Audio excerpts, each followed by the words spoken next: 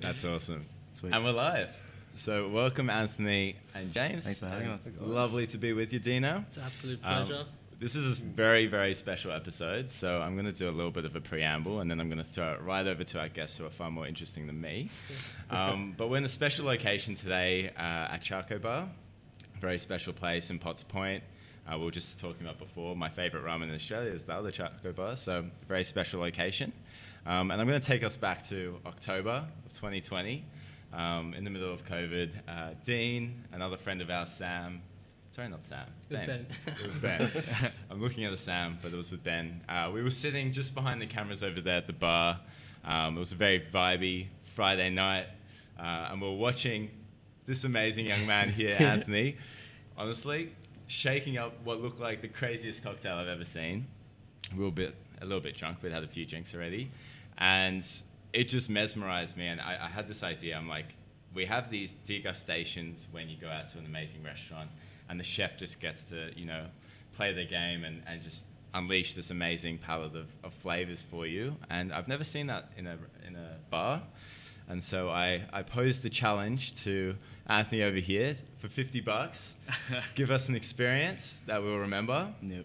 And then you started your thing. And I remember we said, you asked for a theme. Yeah. And we said a night in Tokyo. And you started painting this wonderful picture of the izakayas and the salarymen walking out of their jobs and going for a drink.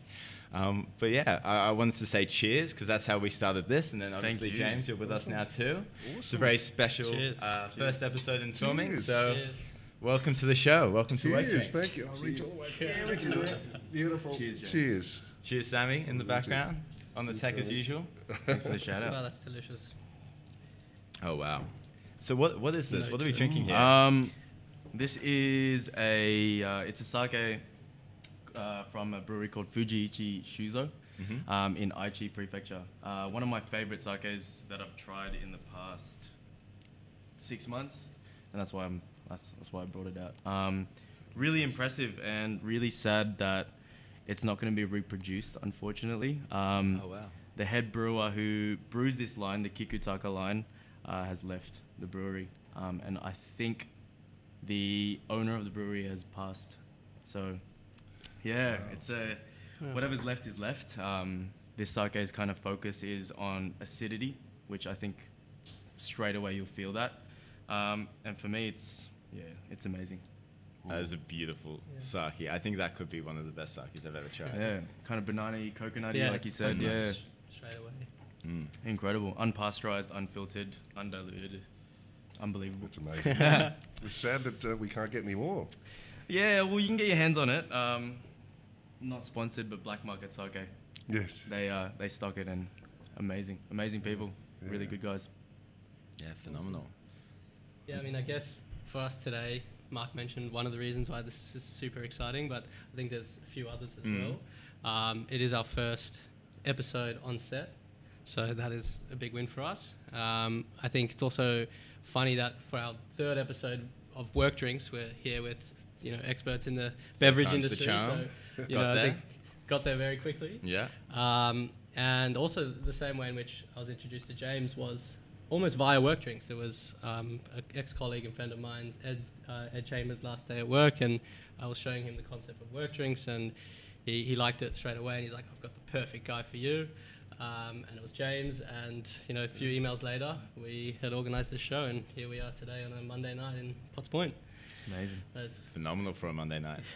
And so just before we started rolling live, so you guys aren't privileged to it, but this wonderful little glass here contained, and mine still contains, I'm savouring it, the most beautiful liquid of this guy here. Can you tell us about it? Yeah, so this is Ilegal, mezcal. Not illegal, Ilegal, that's the Spanish spelling of it. And it's a wonderful story. Basically, this American guy got sick of living in the States and set up what is probably the world's coolest bar in Antigua, Guatemala.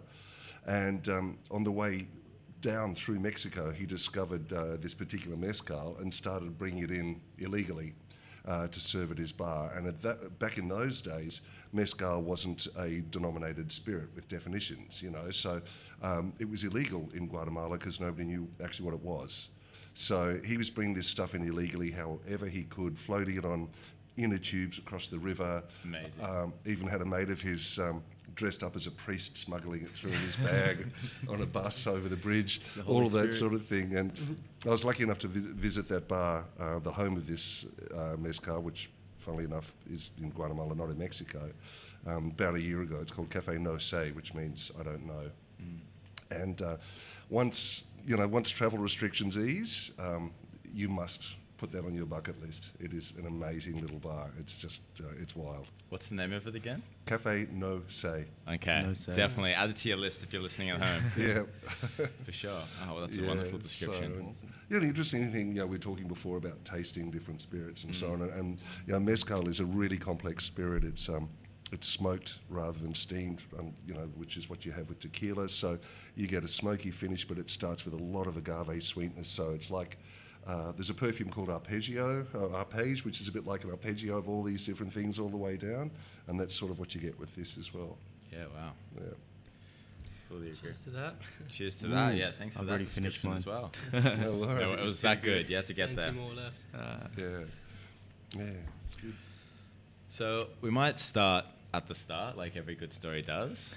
We obviously have a bit of time together, so it'll be great to sort of unpack how you guys got to where you are, and especially here when you're listening to you guys talking about these drinks, like you obviously know what you're talking about, but there's a passion there, like you love this stuff. So I'd love to start with you, Anthony. Where did you start your hospitality and bar and drink and this whole world? Where did you start your journey? I mean, for me, it was, I just didn't know what I wanted to do. And my parents have always pushed me to figure it out. The traditional route was uni, school, education, doctor, this, that, the other. But for some reason, I was naturally gravitating towards hospitality. Cooking being one of my first passions, I would say, and still is today. And I kind of took that passion and tried to figure out my career and my future in that, which later on in life I realized wasn't it. But I started when I was 13 in sumo salad. Amazing. Yeah, tossing salads. And then from there just bounced around and tried to kind of, I guess, chip away at figuring it out.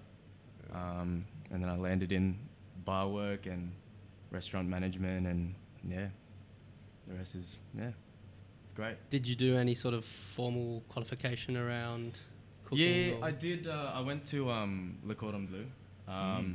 To be honest, a lot of people think that Le Cordon Bleu has this like prestige, like reputation of making world-class, I guess, chefs and whatnot. And I think that it can, but it wasn't for me. Everything that Le Cordon Bleu taught me, not to say that I knew everything already, but I felt like I could have learned on the job, hands-on, and that was when I realized that's what made me kind of switch paths and just kind of figure it out myself. Yeah. What does that look like? I mean, obviously, I know intrinsically, having been there, what a university degree looks like, what a day there is, but what do you actually learn when you start culinary school? You learn the basics. You learn methods of cookery. You learn what steaming, what baking on a technical kind of level is. But I guess your proficiency and your effectiveness in actually executing those skills are dependent on how you can actually do it, right? And I think you can't learn that through books. I think you learn that through actually doing it. You learn that through accidentally nicking your finger, burning your arm. You learn how to move. You learn how to carry yourself in that environment, and that's what actually makes you a chef, right? It's not about how much you know. It's about how you can take what you know or your ideas and really actualize it and make it a proper, tangible thing. And I think that education has its limits in kind of bringing that to fruition. I think that's experience-based, 100%. Yeah. Definitely. So you obviously made your way from cooking to being behind the bar. Yeah. And I imagine there would have been a couple of steps along the way there. What was it that really inspired you to pivot from being a chef to focusing on? I think it was a natural shift. I don't have a passion for bartending, but I do have a passion for playing with things and tinkering with ideas and just experimenting in a sense. And that creativity is a common thing in cooking and bartending. But then I realized if you're a chef, you're in the very back. You know, that you're back of house. You don't have that human connection. You don't have that, I guess, opportunity to have what I think is most important in hospitality, which is that communication, that connection, and that experience. And I found bartending as a position where I could express my hands-on creativity and all that stuff that a chef could. But then I also was exposed to the customer. I was exposed to providing that what I think is most important in hospitality. So yeah, bartending was just that position that could do both. Yeah, makes sense. Absolutely. Yeah. I would love to sort of learn a bit more about this place that we're sitting in here, and hearing you speak about the sake, and definitely when we're sort of up at the bar, you talked about, you know, finding this amazing Japanese rum, and you clearly have this connection to Japanese culture. What does this place and Japanese culture mean to you?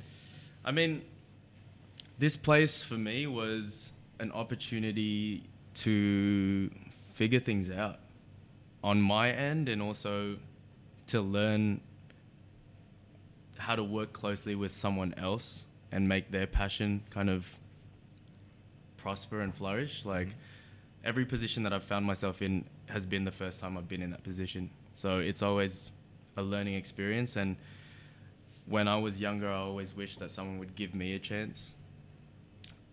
And this place gave me a chance to figure it out without being too critical, which is honestly a blessing. But yeah, Chaco Bar, you guys should come.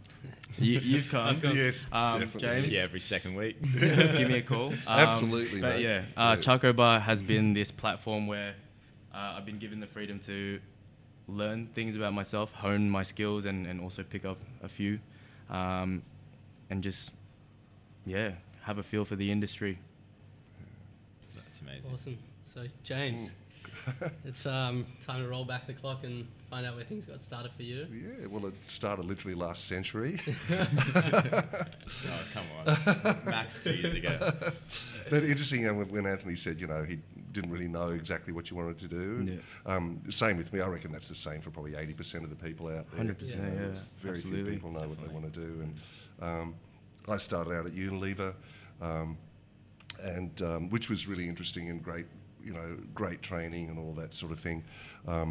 And I wanted to get into marketing because that's what all the cool kids were doing. And, you know, I was a distribution clerk to start with, sending truckloads of Omo around Australia to different warehouses and stuff, you know. Then moved my way to sales and then into marketing. And the only way I could get into marketing was by doing a degree, which I didn't enjoy. And Where'd you do that? I did it at what's now UTS. You know, great place. I just didn't really enjoy it though. And then I did that for a while. Then I worked for an electronics company, which was a bit of a disappointment. And then I saw an ad in the paper, and it was for marketing for a senior marketing role for a lifestyle brand. Oh, that sounds good. And it turned out to be Kahlua. And so Lifestyle brand. Lifestyle brand. So this was almost 30 years ago. In fact, April 2021 will be 30 years in spirits, which is pretty amazing. And so I started off as a senior brand manager on Kahlua, and back then it was all Kahlua and milk. Yep. It was a huge drink. Everybody from young women to rugby league players were drinking this stuff. It was unbelievable. And bars had to just make sure they had enough milk on hand. You know, it's unbelievable. And then I was lucky enough to get Jack Daniels in my portfolio and J&B Scotch and so on. And then that took me overseas to New York for 6 years, came back, and then realised there was very little good tequila in Australia. Started importing Herradura. Oh, cool. Which was, you know, I thought people wouldn't want to buy, because I was old even by then. I thought people wouldn't want to buy from me, but they did. They loved the brand. And then I took that with me into McWilliams Wines because they wanted to get into spirits. And then I added Kettle One and Hendrix to the portfolio. And suddenly we had a really nice little spirits portfolio, Nice. which we lost one by one. Because Herradura, family owned since 1870, was sold to Brown Forman. So we lost that. That's the Jack Daniels company, and they had Southern Comfort back then. And then Kettle One went to Diageo. Hendrix, the writing was on the wall. So I said to my boss, look, there's a tequila called Patron. It's huge in the States, we should go for that. And he said, oh, no, we're too busy with other wine stuff. So I said, oh, crazy. So I left on very good terms. They gave me a magnum of Tattinger, which was nice. And then started up my company. And the Patron people, I pitched for that, and they said, look, your pitch is great, but we can't go with a startup, So I didn't get that. But one by one, I added brands, and we've had our big successes. We've lost a few. It's been a bit like this, but overall, it's been an upward trajectory, and here we are now. How was that experience, leaving a company because you believed that you could maybe, I guess, back up another company that you believed in, and then that company kind of being like, thank you, but no. Yeah, it was pretty. Well, I look back on it. It was a much bolder move than I thought it was. Yeah. At the time, I just thought, no, this just makes sense. How old were you? Oh, I wasn't young. I was, I don't know, 43 or something. Crazy. Like that. Yeah. Yeah. And because plus also when I was in the States, I was working for Remy over there, and I was in charge of all of their non-cognac spirits, which are brands like the Macallan and Mount Gay. Wow. Which was great, but they also had picked up this tequila called Don Julio, and they didn't know what to do with it, and they said, can you launch this? So that was my big challenge. In 4 months, I had to roll out Don Julio in 50 states across America, which was an amazing thing, and that took me down to Mexico a lot and got to hang out with Don Julio and his family, and so Wow. it was an amazing. I was very lucky to do that. So I saw potential for really good spirit brands. Right. But there was no such thing as craft spirits or artisan or even small bars back then, in 2008. With the exception of Melbourne, they had a bit going on there, but still nothing to compare to what it is now. And when you landed at Kahlua, transitioning from just a more generic role in marketing to more specialised, being in the alcohol beverage industry, did you really like that specific niche straight away and thought, wow, I can understand it, or I can make something of it, and I'm going to focus my career on it? Or it just took you year by year, you just got more involved and worked things out, and just here you are now, down the line, still in the industry and running your own business? Well, it's I realised pretty quickly that the beauty of working with a proper spirits company with really good brands is that it's a perfect mix of the great marketing that you practice at Unilever with a category that's really fun. Yeah, it is a lot of fun. So It's lifestyle. It is lifestyle, and Unilever was awesome. I really respect that company and always will. But it was hard to get passionate about deodorant or toothpaste, Yeah. But whereas with this, you travel the world and you meet amazing people and distillers, and it's fun. You go to bars and restaurants and things. So that's what hooked me on the liquor industry. Is it's a great combination of those two things. Yeah, definitely. Yeah. So there was a lot in that opening sort of piece that you got there. I heard 6 years in New York. I heard rugby league and young women, like in Kahlua. I heard milk. I heard leaving to start your own business. I heard failure. I heard success. Yeah. What were some of the key things that defined the start of your journey that then when you started your own business, you kind of took with you and wore on your sleeve? I guess things that defined the start of the journey really were, I'd taken the jump, and so I had to get out and do this. And for the first 3 years, it was just me, and it was fascinating in terms of, in marketing, especially in a big company, you're in a bit of a silo, really, and the accountants, they do their stuff, and the operations people bring the stuff in from overseas, or they produce it, or whatever they do. And then, so marketing, you're just focusing on, long lunches with the ad agency, and stuff like that, and doing the serious stuff. Doesn't sound too bad. Yeah. No, that's right. But no, it's it's obviously it's serious. It's brand strategy stuff, and it's relationships with the producers or the brand owners and those sorts of things. So for the first few years, I was doing everything myself, literally, and that was a huge challenge. And a bit like having children, you don't realise how much work it is until you get there, and you don't realise how much it's going to cost till you get there.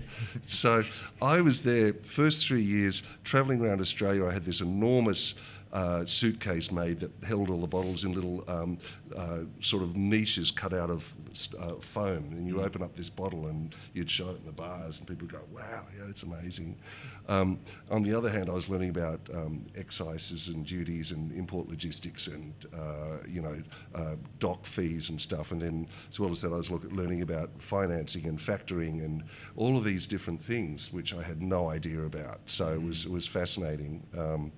But I've now had to encompass all of those knowledge bases as I go, which has been very invaluable, really, in the scheme of things. So, still learning. Can you explain to me what wet tax is and how much that affects your business? Wet tax applies only to wine. Right. And it's the wholesale price. It's 29% of the wholesale price. Right. And whereas spirits and beer are taxed on alcoholic content of those products. So it's a ridiculous system. I don't know can I have a rant? For Go. Here's your platform. Yeah, so like if the government is serious about taxing people on alcohol, it should be what's called a volumetric tax. So whether it's beer, wine or spirits, it should be taxed on how much booze is in the drink.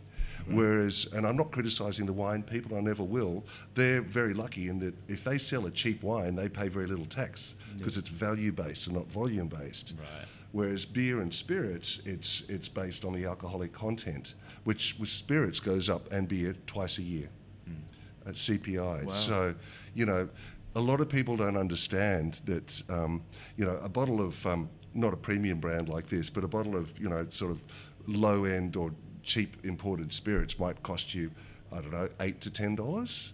And then the excise on that, because it's based on alcohol, is about $25, $26. So the excise is actually more than the cost of the product. Wow. And then, of course, the consumer pays that excise indirectly through the bottle cost, and then they pay GST as well. So they're paying tax on a tax. What does that mean, excise? Sorry. So excise is literally just a tax on things like tobacco and alcohol, petrol. I think perfume has excise attached to it as well. So it's just another form of tax. Yeah. And so if this was, if you've got a liqueur at 18%, it's going to be taxed a lot less than a spirit at 40%. So not a lot of the money actually goes to the distillery or the producer of the spirit. It goes to government, tax. Absolutely. Wow. Yep.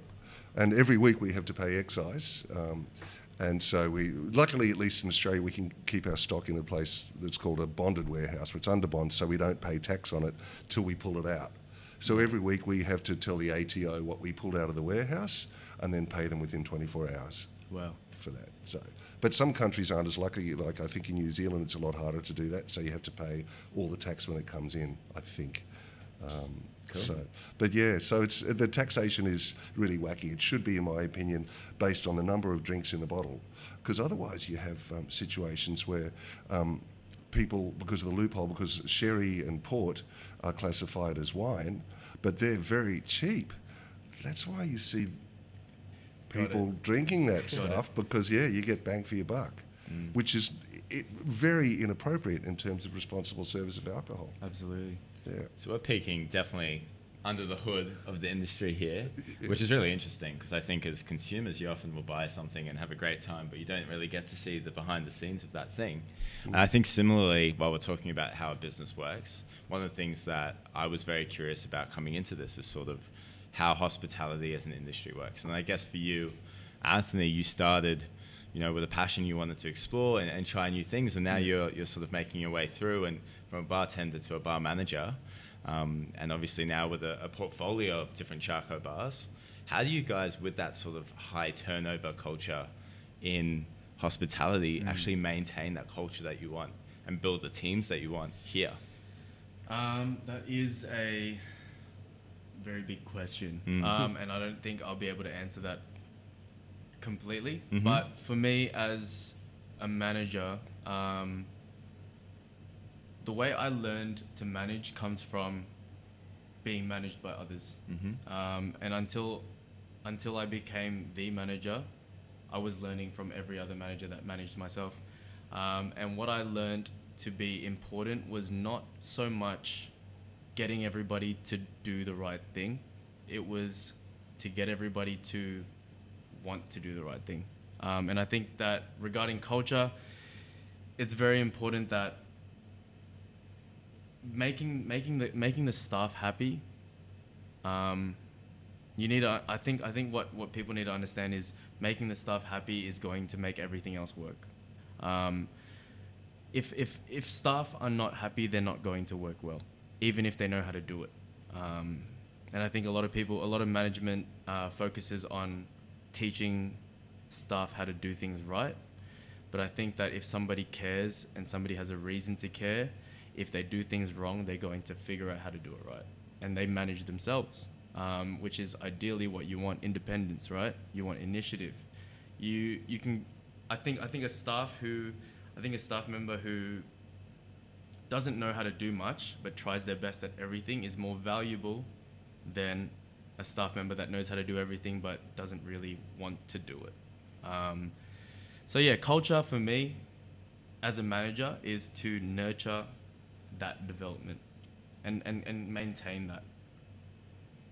So relatable. I mean, even for my, short stint in the corporate world working in finance, it's the same thing. Like personally, it's being given accountability and responsibility, and always feeling like you're pushing yourself towards development is what really makes you strive towards achieving and being your best. And I'm sure James, running a business, do you see the same sort of thing in your own organisation? Totally. Anthony absolutely nailed it. That was really well put. And, it's about treating your staff with respect. And again, I couldn't agree with you more. You're better off having someone with the will to succeed, even if they sort of, have a few stumbles along the way, a few wobbles, better than someone who's fully qualified and knows better than you. And treat people with respect. People are adults, treat them as adults and trust them. Yeah. And I think that's very important. And ultimately, do as you would be done by. I subscribe to that across the board. Absolutely. Yeah. And if you think about it from a employee perspective, I think an employee should have the most respect, because you're expecting them to take it as seriously as you, when it's not even what they want for themselves. But you're asking them to care about it just as much as you are, right?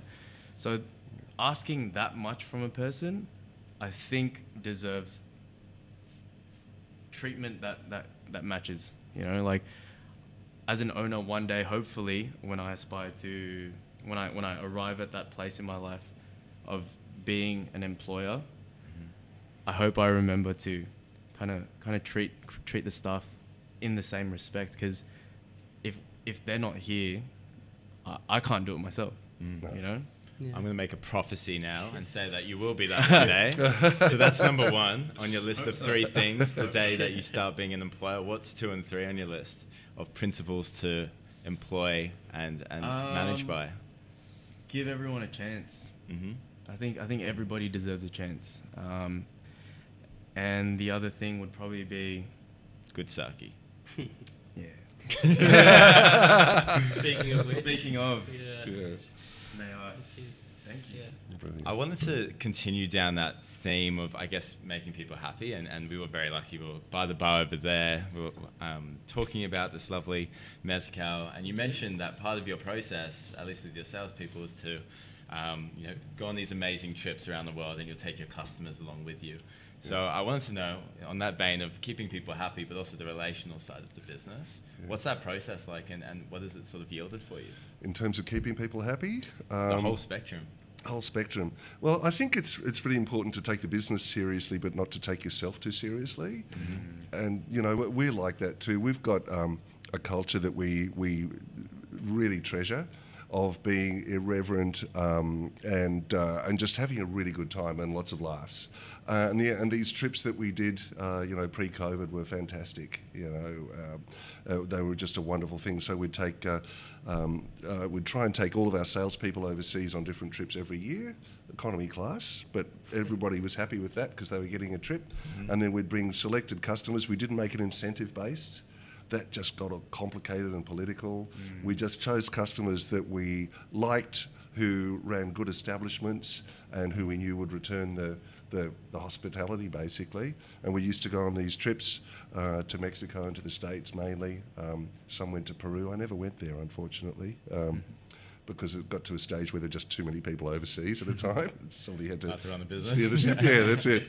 But so little things like that, or if we have a great sales month, or we hit a record somewhere, everybody gets a bottle of champagne sent out to them, and little simple things like that, just to show that people are valued and not forgotten, and we do value everybody's contribution. I can imagine your work drinks are pretty good. Yes, yes, they are. Yeah, they're pretty fun. Yeah. So I think we've heard many facets of your business: international travel, importing alcohol in general. Can you just explain in very basic terms what you guys do at Vanguard? Yeah, so we're an importer and distributor of premium spirits. And so we operate nationally. We don't operate in beer, wine or cider. We just decided to focus purely on spirits and at the premium end. So basically, I was a bit lost in the early days, as everybody is, and I saw this business coach and we were just hammering it out. Like, what do we do? How do we focus? How do we make decisions? And eventually I said, you know what? Well, he said, think, what do you do? Are your brands good or bad? And I said, well, they're the best. And who do you sell to? Do you sell to crappy places? No, we sell to the best. So it's the best brands for the best bars came out of all of that, which was great. And then that made us really focus on all sorts of decision making, like, what would a bar, like Chaco or whatever, what would they want? A really horrible mixto tequila? No.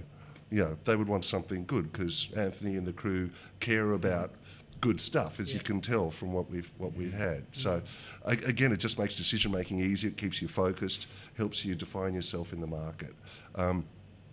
Of course, to back that up, you need the retail sales. So people come into a bar and they try a lovely spirit that they like, but then they can't buy it. Then all your hard work is gone, really, So that's when we realised that, okay, we've got to get a whole retail support network going on as well. So Lion, that owns a minority share in my business, their beer company, we've managed to poach some really fantastic salespeople from them who, manage these customers really, really well without impinging on who we are as the best brands for the best bars. And it works nicely. They're very respectful of all of that. And, I used to manage the Dan Murphy's account myself and thought I did really well, until we got this guy in from Lion who just blew the doors off. I'm like, okay, right, maybe I wasn't that good. Reality check. Yeah, that's right, it was. Yep, put me down a few notches. But so basically we get, we've got 27 brands at the moment, premium spirits. Several are from Australia, more coming from Australia, which is great, and then a lot of other imports as well, because you can't make tequila in Australia, you can't make bourbon in Australia, you can't make mezcal in Australia. So those sorts of things. So that's what we do. So we import these brands, we have exclusive rights, or we distribute them as well across Australia, and we sell direct to bars, restaurants, liquor stores, hotels, but also through wholesalers who then supply them as well. So this is quite fun, because we've almost got like the two sides of the interaction at the table. So as someone, Anthony, who is in one of the best bars, who does serve some of the best drinks, have you experienced that sort of that vibe of being approached for an exciting new product, and what goes through your head on the flip side of that? All the time. One of the main questions when I ask, what are you drinking, they always say, your favorite. And honestly, really quickly, don't do that to a bartender, because my favorite is not your favorite. I apologize, because I believe I definitely said that. 100%. You did. But then you came around and you said, give this experience, and I was very happy to do that. Thank you. 100%. Saved it. I just forgot the question. That's right. I guess what would be awesome to explore is from someone who's distributing these products, and somebody who, on the flip side of that, is they might get a new bottle of sake walks through the door, or a luxury spirit product. How does that interaction go, and what are some of the things on both of your sides? What are you guys thinking in that experience?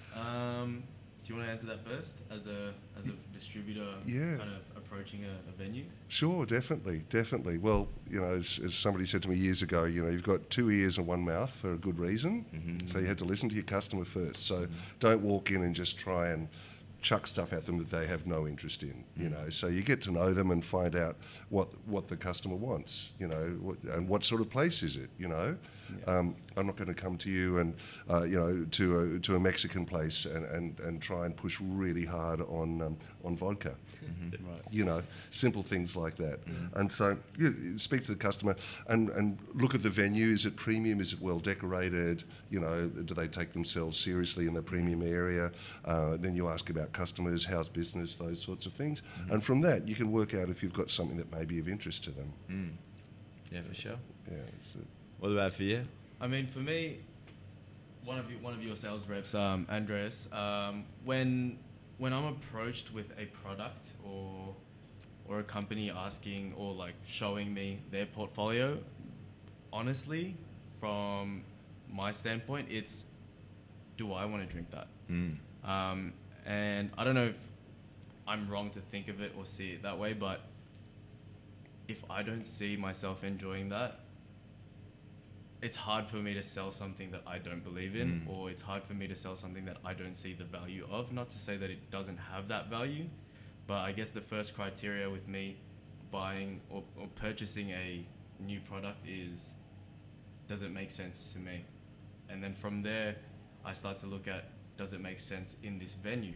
Does it make sense to the market that this venue attracts? And from there, if it's a spirit, naturally I'll go to, how can I use it? But yeah, it's always exciting to get free samples, tastings, and you meet a lot of nice, really, really good people. Andreas being one of them. I really enjoyed his company and just the banter that we'd have when we're sipping on illegal. But yeah, it's part of the job. It's good fun. And back to James, how do you go about spotting, beverages around the world or brands that you really think, this is going to be a Vanguard brand? Beyond just the premium aspect or, selling to great bars, what are the characteristics of a brand that you see and this is going to be a home run and I need it in my portfolio? Yeah, that's the really tricky question. I've had I can think of 3 spectacular failures. One of them was, a tequila which tasted great, but the packaging just alienated people, looked like a perfume bottle. And my accountant said to me at the end, James, just get rid of it for whatever price you can. It's cheaper than writing it off. So I was essentially taping a $10 and a $20 bill to every bottle and selling it to people as well. That I lost $30 a bottle on that stuff. It was horrendous. But there is no hard and fast rule. That's the thing, because if there was, then it'd be a lot easier for everybody. First of all, I have to look at whether there's a conflict in our portfolio. That's the easy decision to make. And then beyond that, it's just a matter of looking at what's happening overseas. I'm lucky enough to have a lot of contacts around the place, from going to international fairs there was Tales of the Cocktail in New Orleans, the Berlin Bar Convent, which is the best spirit show in my opinion in the world. So you go to those places and you build up a network over the years of people you trust. So if Guillermo, who makes Fortaleza tequila, says, James, you should talk to this guy, I listen. Yeah. Whereas we get new brand proposals literally every day of the year, sometimes 3 or 4. And especially if it's someone that's unheard of, I'm always a bit wary. Because after so many years in the industry, it's great if the brand has some sort of heritage or history that you can track on. Then, as well as that, you look at the pricing, you look at the liquid, and look at the packaging. The packaging is really important. Some people say, "Oh no, we're purists. We just care about the liquid." That's not true. Packaging is amazingly important. Then you look at also, as I get older and a bit more fussy, I look at, do I want to work with that person? Because they've got to be pleasurable to work with. You can't just have this thing, oh God, I really like this person's brand, but they're such a pain in the ass. Yeah. You don't want that. Life's too short for that. So they've got to be really good people to work with that respect each other, and that's the thing. So there's a lot of variables. So it's having a brand relationship with a brand owner is a partnership. It really is. It's not a master and servant thing. And anybody who sees it as that, I don't want to work with. It's interesting. From listening to what you just said, it's when you guys have asked James, how do you pick a product, and you've shared how you do, I'm starting to realize that it's, correct me if I'm wrong, not so much about the quality of the product, but how you feel with the relationship with the seller, which I guess brings light to layers of the experience, because you're going to be supplying a product to venues like mine, and then I'm going to be supplying it to the customer, and there's layers of that experience that kind of trickle down this whole tree. How important is it really for the product to be of high quality when the focus is more so on, does it have a story? Does it have the label? Does it have a cool bottle? How can I sell it to, how do you sell it to me, and how do I sell it to them? Because wouldn't you agree that when you look at it that way, the quality of the product is actually not really a big deal? No, it's I probably didn't put that very well. Right. Having a really good, product, Right. sort of, 8 out of 10 is kind of the price of admission.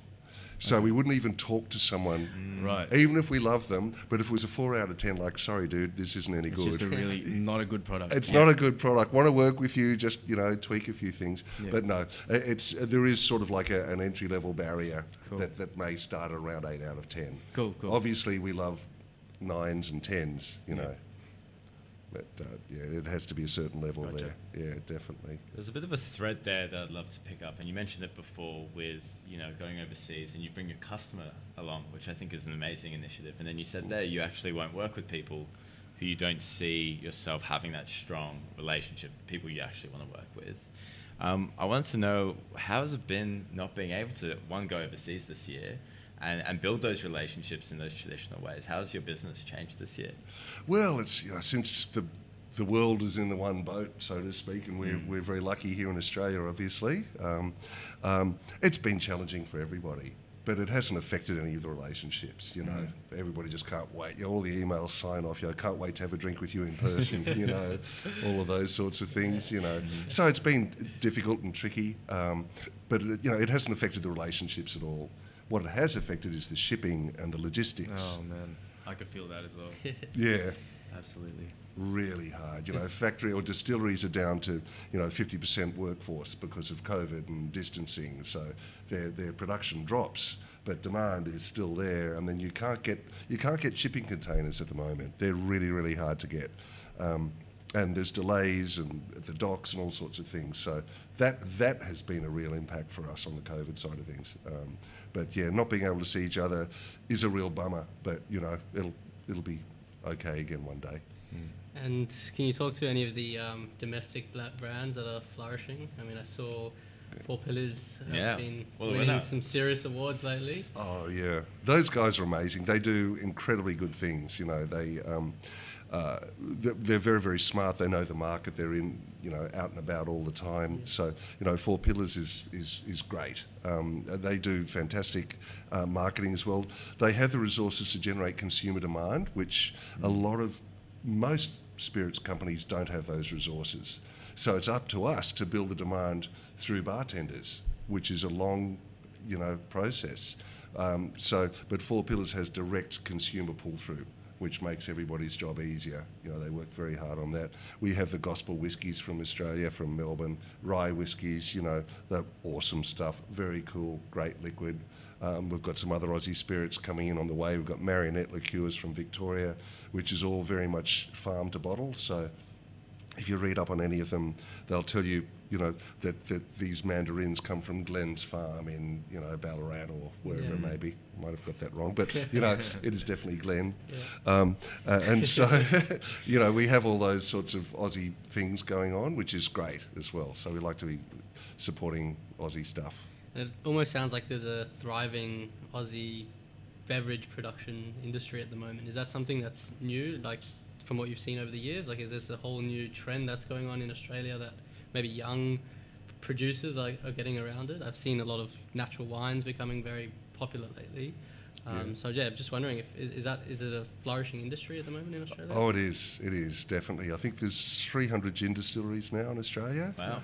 Yeah, and some really good Aussie whiskey being made around the place, not only in Tassie but in other areas as well. So there's some great stuff going on there, and there's, you know, of course we have Archie Rose and various other, you know, sort of relatively more established companies. So there's a lot going on, and there's a lot of passion, and we have such great ingredients here. So it makes it all the better, really. We can make some great stuff. I think it's very, very early days still in relative terms, but in, you know, say 20 years, the Aussie spirits market is going to be, I'd like to say 50% of all spirits. Really? Wow. In Cool. Australia. Do you think Australia is going to have the reputation of producing kind of fine spirits? Yeah, I think so. Yeah, definitely. There's no reason why we can't, you know. We're a smart country. We've got great resources. We've got wonderful climate, you know, fantastic produce. There's no reason why we can't, except for the government with their excise tax. Government, if you're watching, That's cut right. that out. Yeah, that's right. Yeah. I was just curious if you've experimented with production. Yeah, I mean, I've always wanted to make something, and I bounced from idea to idea. Initially, I wanted to be a farmer.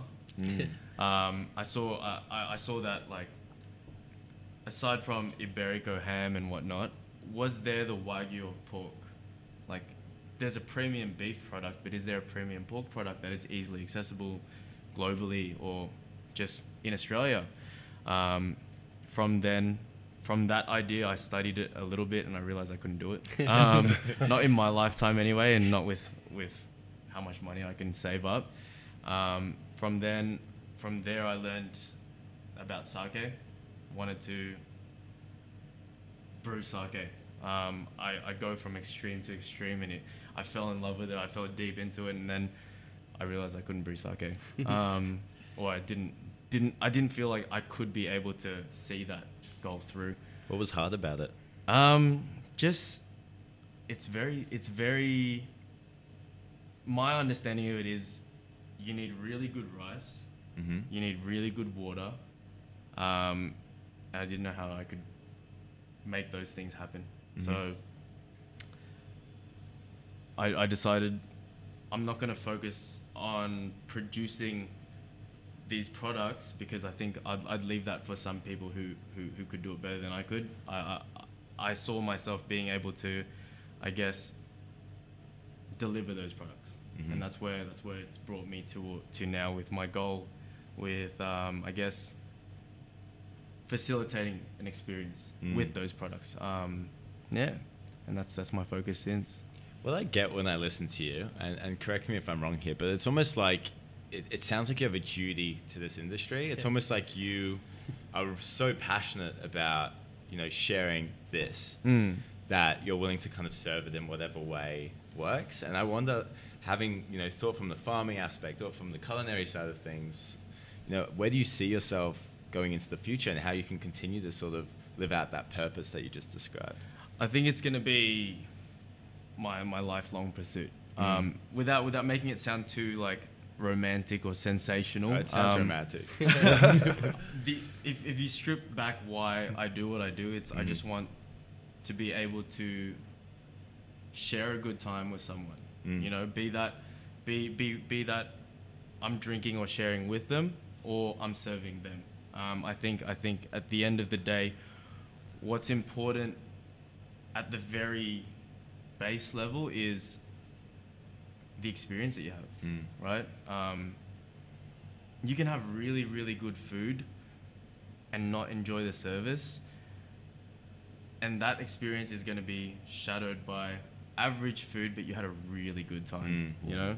And I think that for some reason I have that desire to be able to consistently share that or provide that to patrons in my venue, or to people in my house, you know, like I think hospitality needs to rearrange its values again, and I think COVID really put that into perspective for a lot of people. Hospitality, I think, is first and foremost for the people, for the staff, for the customer. It's not really about the money. There's other occupations for money. Would you agree? Oh, totally. 100%, Anthony. Yeah, definitely. Like I never set up Vanguard with the idea of money being the goal. Right. You know, and you go along and, you know, you make a profit and that's great. Yeah. But it's not about making money. It just comes if you do it well and with passion. Yeah, and I think the longevity of your business is also, like, you wouldn't last if you were trying to make money, right? It takes a very devoted person to really give a crap about what you do, especially in hospitality, to keep going, because it's not easy. It's really not easy. Yeah. What's the hardest thing of working in hospitality? I think the hardest thing is keeping yourself in check. For me, it's the hardest thing is not washing the dishes. It's not closing late at night. It's making sure, or bringing myself to keep doing that, because all these little tasks, they do add up, but I think the most important thing is I remind myself that it stops when I stop, and that's what keeps me going. Yeah. What about you? Do you sort of embody those same experiences? Do you feel the same way? Yeah, I do, absolutely. And you know, it's I'm sure you feel the same. It's hard to disconnect. You know, absolutely. When you come home and all of that sort of thing. And I try. Swimming is my one thing that gets my mind off stuff. Where do you do that? I do it Wiley's Bars in Coogee. Oh, me too. Sometimes. Oh, do you? Swimmer that lives in Coogee as well. So. Oh, excellent. Oh, good. Excellent. Yeah. My head's a mezcal. I look up. I'll have a peek for you. Yeah. Well, I'm the slow guy. Okay. I have seen it. Yeah. But yeah, I think something like that, some sort of circuit breaker is really, really important, because it is very hard, because you care about what you're doing, you know. So it's got to be there's got to be some way to just sort of say, all right, bang, and you know, cut off and move, recalibrate basically. Yeah. What's the main difference for you when, because you've come from being an employee to an employer? What's the biggest difference? It's sort of funny coming to terms with being the boss. Yeah.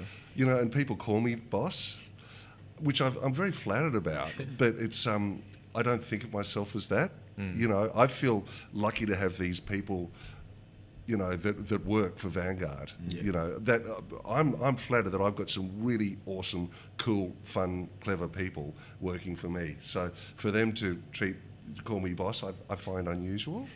So I've had trouble coming to terms with that. Yeah. But do you find that you stress more now? Because it's now your business, it's now your name, and it's now, I guess, your responsibility. I mean, as an employer, it's still your responsibility, but if you leave, the company doesn't crumble as an employer. But now as an employee, if you decide this is not what I want to do anymore, you know what's going to happen to your business, and doesn't that kind of scare you sometimes? It does a little bit, yeah. It definitely does. But you know, ultimately, in any organisation, no one is irreplaceable. Yeah. And so I always keep that in the back of my mind, you know. And I'm trying to make sure that other people know what's going on, and they're always across everything, rather than just doing little projects and not telling anyone about it. And that sort of thing. But yeah, it's an interesting challenge. You know, I've learned a lot, especially since Lion bought into the company.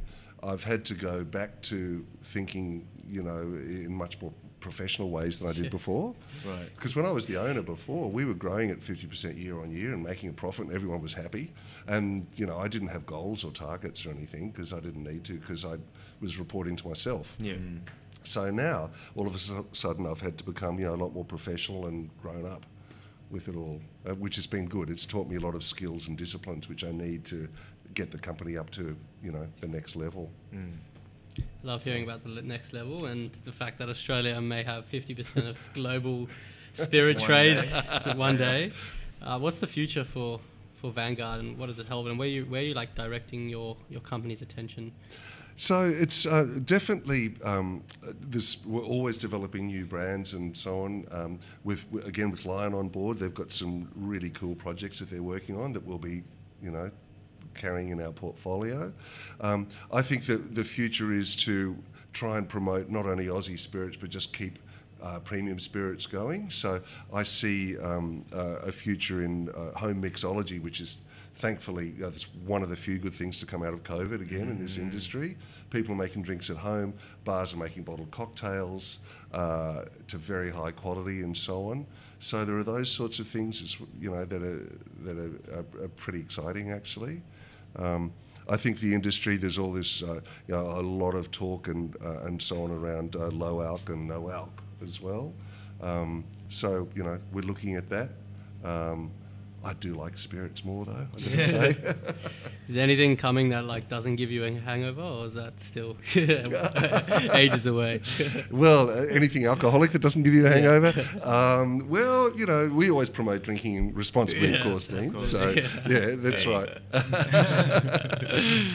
But always, drink with a full stomach and have lots of water and all that sort of stuff. And drink good stuff. That's probably the number one thing, actually. Less sugar, less preservatives. Is that the key? Yeah, and if you're buying a premium spirit, you're paying for the distiller's work, and the distiller will be throwing away more than a cheap distiller who keeps more.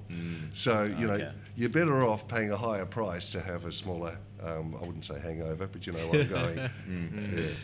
Yeah, we're getting to the sort of the crux of our little hour and a half conversation that we have. So I'd love to start pivoting us to the next stage. But before I do, I'd love to give you the opportunity. What trends do you see? It's almost like with COVID, we have this amazing blank slate. We've got, the next wave, new things, exciting things.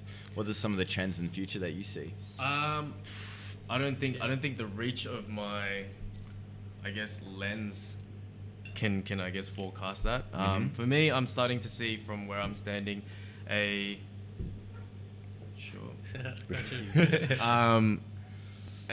spark in interest in sake.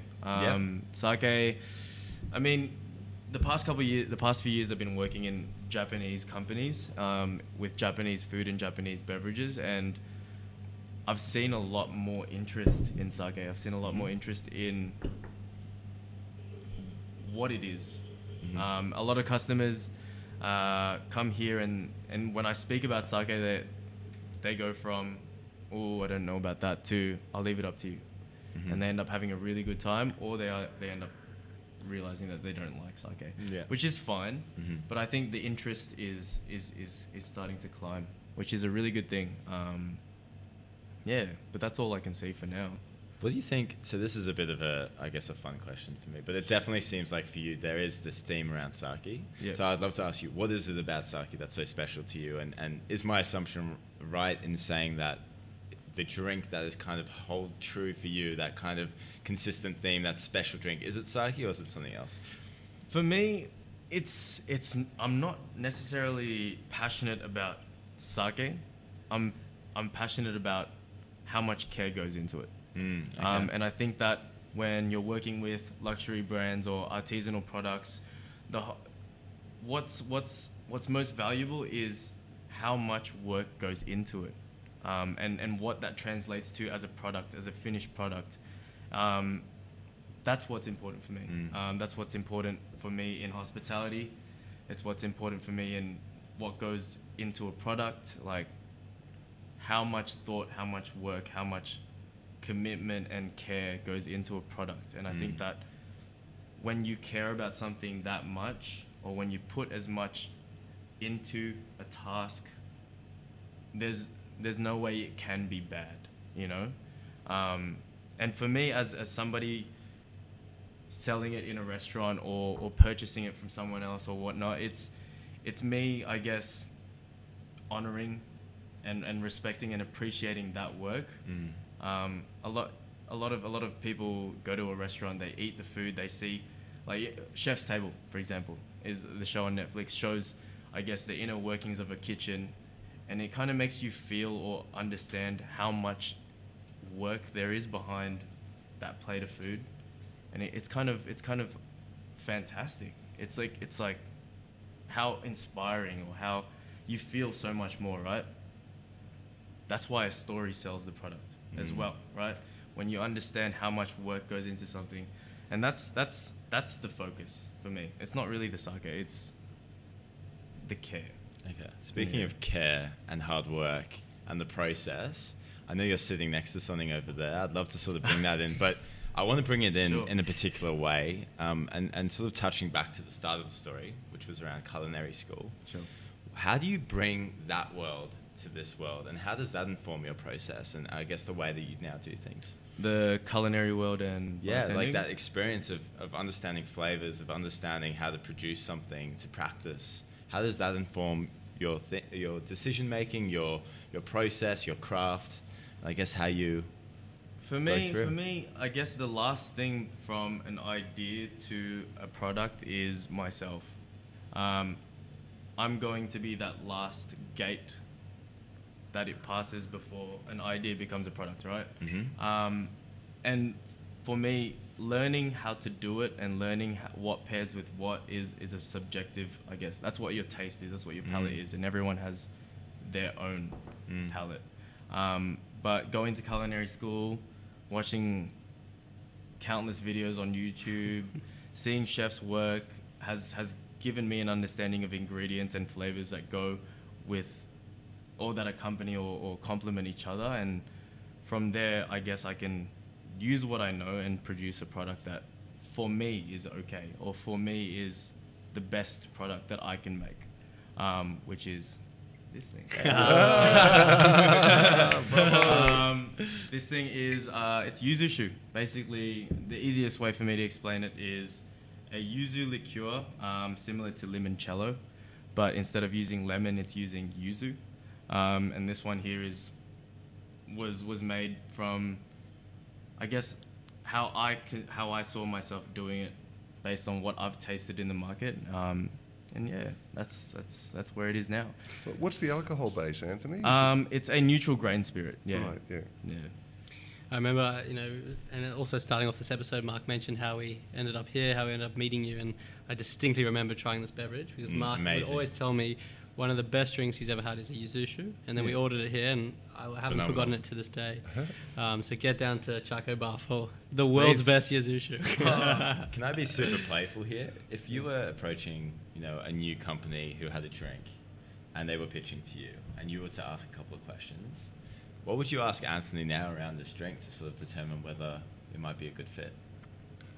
Oh, that's a good question, actually. I would ask questions like, do you have capacity to produce sufficient volume if it takes off? I'd say, what is your marketing plan? Give us the 4 Ps, ideally. And Still back to a marketing guy, huh? Nate, it still applies, It really does. For sure. Definitely, especially the promotion side. Like, what are you doing on social media with that? There's the obvious questions like, like pricing and so on. But those would be probably the first things: capacity, promotion. Since you created it, are you available to go around and talk to bartenders and personally, do masterclass, or not even masterclasses, but tastings with them, those sorts of things? So those would be the kinds of questions that I'd be asking. Yeah, cool. Well, we're going to the end. I'm getting mad battery signals, and there's lots of cameras that you guys are obviously seeing us through, so we're going to start wrapping it up. But before we do that, we always ask a couple of questions to kind of close it out. And I'd love to ask each of you, we'll start with you, Anthony. Sure. If you had to tell yourself, I'm actually going to change the question that we usually ask. We usually ask for 21, but I'm going to go back to that 13-year-old starting back in Hosper. If you were to go back to your 13-year-old self and give him a piece of advice, what would you say? Starting this journey. Don't be scared, and be patient. I think being patient and not getting ahead of yourself were things that I struggled with. I always wanted the highest achievement, and when I realized how much work would go into it, it would scare me, and I'd give up. So I think if I was back to 13 or however old, anyone is before they really start taking themselves seriously is be patient. Take the time and go for it. Yeah, make the mistakes. 100%. That's great advice. Great advice. Make the mistakes. How about for you, James? Uh, Maybe not 13. We'll go back to 21. Yeah, go to 21. I'd say be open to opportunities, try new things, and I think as we started out, you know, we were saying most people don't know what they want to do when they leave school and so on. It's just get out there, try stuff, and there's nothing wrong with trying things that you don't end up liking. You know, it's just as important to know what you don't like as to know what you do like. Absolutely. Actually, really good point. And then our last segment that we always like to do is we invite you guys to ask each other a question that you'd want to know the answer from one another. Sure. So again, we can kick it off with Anthony. If there's one question you could ask James, what would it be? When is ready? Like, when is ready for you to take the next big step? You're never ready. Right. Because that was my impression. Yeah, you do, and it's just like, oh, bloody hell, this is insane. You know, I wasn't ready for this. So you have to have 80% confidence that you're taking the right step, and then go for it, and you'll get there and think, God, I wasn't ready for this. Scary. But you work it out, yeah. But just go for it, yeah. Absolutely, definitely.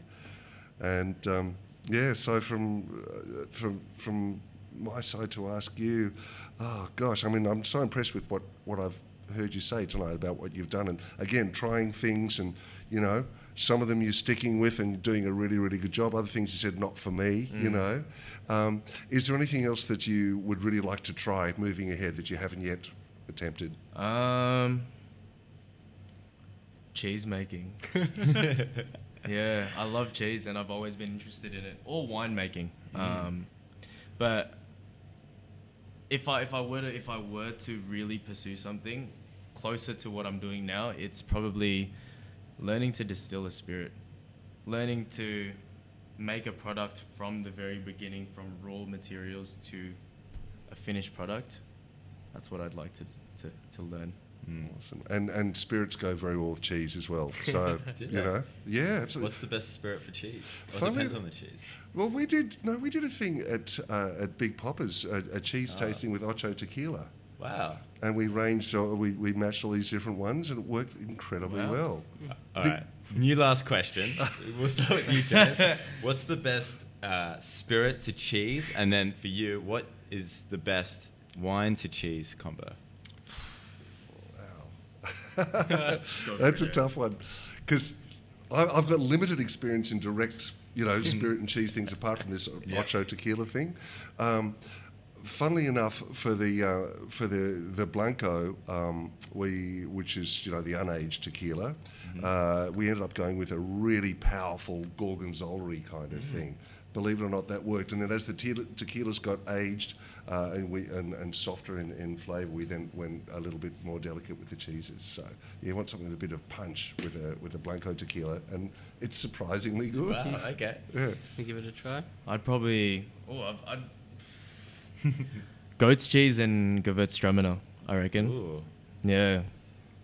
Very fishy. Sounds lovely though. I'm a sucker for goat's cheese. So I'm with you. I haven't tried that wine, but it sounds wonderful. It's amazing. Well, we've sort of hit our time. We've been here for an hour. It's been absolutely wonderful. It's been a lot of fun. We've met your yuzu, this beautiful sake here, which we put a great little dent in, and this guy, who I mispronounced, so I'm glad that on the air that you sort of corrected me. Illegal. Illegal. Amazing. Thank you guys very much for joining us. It's been an absolute pleasure. And thanks for having Thanks for having us. But yeah, hope everyone enjoys the show. Thanks, Sammy, in the back, keeping us going smooth.